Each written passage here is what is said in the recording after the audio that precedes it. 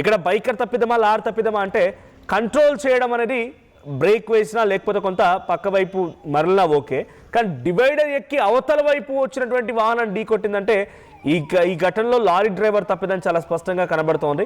So divider పైకి ఎక్కి యువతల వైపుగా వచ్చి ఎదురుగా వెళ్తున్నటువంటి ఆ కార్ని ఢీ కొట్టింది. చూడండి, కార్ మొత్తం కూడా నుజునుజు అయిపోయింది, కంప్లీట్ అసలు కారేనా అన్నట్టుగా ఉండిపోయింది. ఈరోజు స్క్రాప్ దగ్గర పంపిస్తే ఆ స్క్రాప్కి వెళ్ళిన తర్వాత పూర్తిగా ఒక దగ్గరికి నొక్కి పెడతలా ఉంటుందో అలా అయిపోయింది car. So Odisha registered car అది. సో ఒక ఆర్మీ కుటుంబం, ఒడిశాకు సంబంధించిన ఒక ఆర్మీ కుటుంబం వెళ్తున్న క్రమంలో ఈ ఘటన చోటు చేసుకుంది. సో లారీ ఎక్కడికి వెళ్ళిపోయి చూడండి, హైవే ఎక్కడ ఉంది, లారీ ఎక్కడికి వెళ్ళిపోయి చూడండి.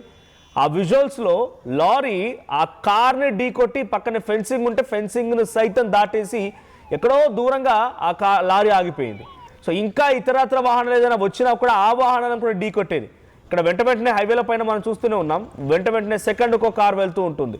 సో ఆ గ్యాప్లో ఇంకేదైనా వాహనం వచ్చినా ఆ వాహనాన్ని కూడా ఢీ కట్టి ఉండేది.